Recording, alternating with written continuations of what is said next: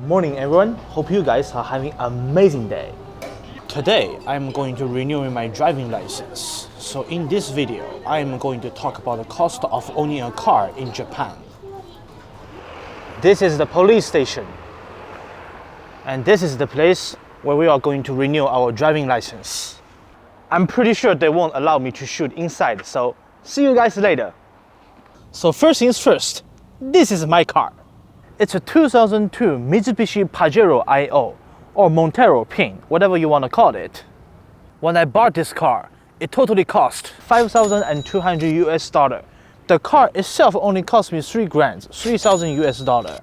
And it was 52,800 miles. The other $2,200 US is what Japanese people will call it, seibi-hi. It sounds pretty good, right? I mean, you are buying a second-hand car and the dealership is trying to make sure your car runs effectively. But that's not what you think, at least in Japan. When you are buying a second-hand used car in Japan, the majority of the dealer will only check 3 places: battery, engine oil, ignition plug. And even there's a problem with those things, they will only replace it with the second-hand parts. So allow me to be more honest with you guys. The whole thing they called seibi-hi, maintenance fee, is just an excuse to rip your money. Before I decided to buy this car, I made a phone call to the Kuruma no Gariba. I asked them how much for the cheapest Nissan Note. They told me the cheapest I can get is $6,000 US. But for the maintenance fee, it's going to cost $4,000 US. So totally it cost $10,000 US. And I was very shocked and I was a little bit frustrated. So I asked him, 整備代はちょっと40万くらいかかるんですけど、一体どんなものを整備しますかね？エンジン内部とかもチェックはしますよね。ご質問いただき、本当にありがとうございます。もちろんお客様の安心運転のために整備作業は行います。すみません、エンジン内部は指定の工場で整備作業を行います。Yeah, he's definitely fucking with me. About the car insurance, you have to be aware. There are basically 2 types of car insurance in Japan. One is任意保険. This one is optional. Second one, 自賠責任保険. This one is not optional. If you are driving a car with no 自賠責任保険, then you will be arrested. For the price of the both insurance, in my case, the 自賠責任保険 is kind of like a $200 per year. For the 任意保険, in my case, this car costs like $600 US per year. Also, the price will change drastically depending on your car's weight, size, engine air displacement. Forgot to mention, my car weighs 1.49 tons with 1.8 liters turbocharged. In the case of choosing this insurance company, I strongly recommend you to choose the JA Kyosai, Kuruma no Kyosai. This is the content of my insurance, so let's take a look. Nearly $600 I have to pay annually. About the payment they will cover in the case of an accident. So the first one, 対人賠償強制金額無制限. It means if you accidentally hit someone, then the payment covering by the insurance company will be unlimited. For each person. Next one, 対物賠償強制金額無制限. It means if you hit somebody's property, buildings, road bar, concrete wall, the covering payment is also going to be unlimited. There are also lots of other insurance companies such as Sony Sompo, Mizi Direct Sompo, Churihi, Tokyo Kaijo, blah blah blah, or whatever they want to call that. Don't choose this company. They will cost you more and those covering payment will not be unlimited.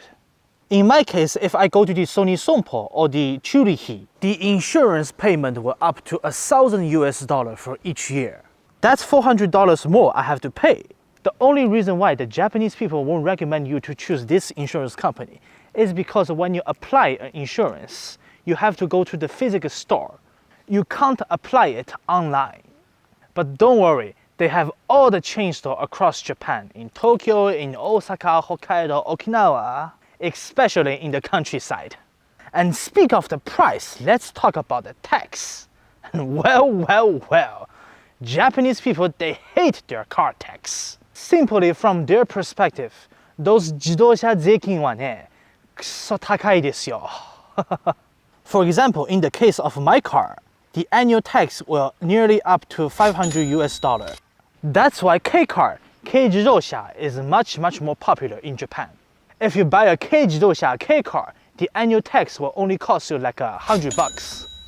So allow me to introduce top 3 popular vehicle in Japan.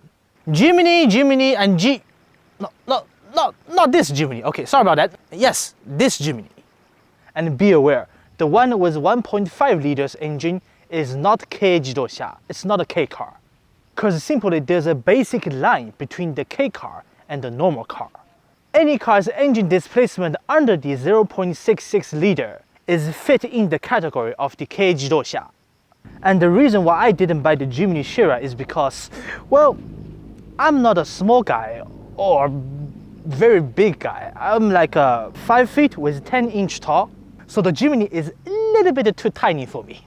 So my friend asked me, why don't you buy a full-size Pajero or Prado or Land Cruiser?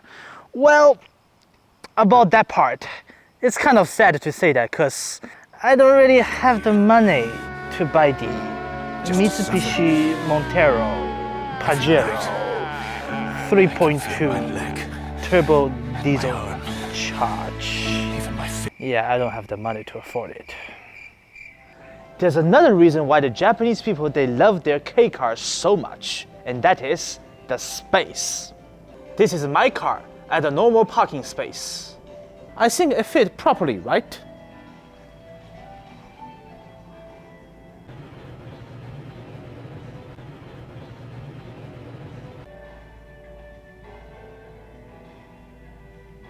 So if you really want a vehicle that can literally drive you to everywhere in Japan, then Jimny is the only choice. Not even my car. And last, let's talk about the car maintenance expense in Japan. $30 for changing the battery, $30 for changing the engine oil. When I brought that car, the radiator is a little bit leaking, so I made a phone call to the Mitsubishi Motors dealer shop. And they told me I have to pay $900 for a second-hand used radiator to replace it. When I brought that car, the car itself only cost me like $3,000. And now I have to replace a radiator and you tell me I have to pay nearly $1,000. So simply I went to a shop like this one and they told me I only have to pay like $150 if I can buy the new radiator online by myself. So the brand new radiator, it costs $300 and plus the $150. Totally, it costs $450. It's nearly half of the price, and I get a brand new radiator. Man, unless I brought a Land Rover Discovery, I won't go to the car forest shop in Japan. Finally, car inspection fee. And I can't give you the specific number of the price for each car, because the price changes drastically depending on what kind of vehicle you are driving, also what kind of brand you are driving. So for example, if you are driving a Jeep Cherokee and you bring it to a Jeep 4S car shop in Japan, it might cost like $3,000 to $5,000. But if you bring your Jeep Cherokee to a place like this one, yes, it will be much more cheaper, around like $1,500, but only in the case they accept your vehicle and to inspect it. You see, those BMW, Mercedes, Jeep, Alfa Romeo, Hyundai, these cars are Yunyusha. And normally, those factories won't accept import vehicle. In some cases, the only things you can do is driving your lovely Jeep Cherokee to a 4S car shop and literally watching them ripping your money off. In my case, if I bring my car to a car inspection, it will cost around like $600. Including damaged parts replacement. For a K car, around $300. For a Land Cruiser, at least $1,500. So now you see the reason why I didn't push myself to buy the full-size Montero. Insurance money, tax money, car inspection money, repairing money. Buy a car in Japan is not that expensive, but keeping that car legally and drive properly is expensive.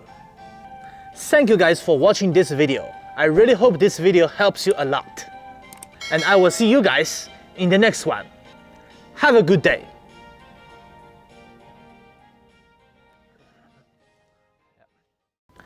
By the way, currently I'm at a gas station. You guys want to see the gas price in Japan? This one is the regular 168 Japanese yen for each liter. This one is kind of like a 96 Hayoku, 179 Japanese yen for each liter. This one is diesel, 148 Japanese yen for each liter.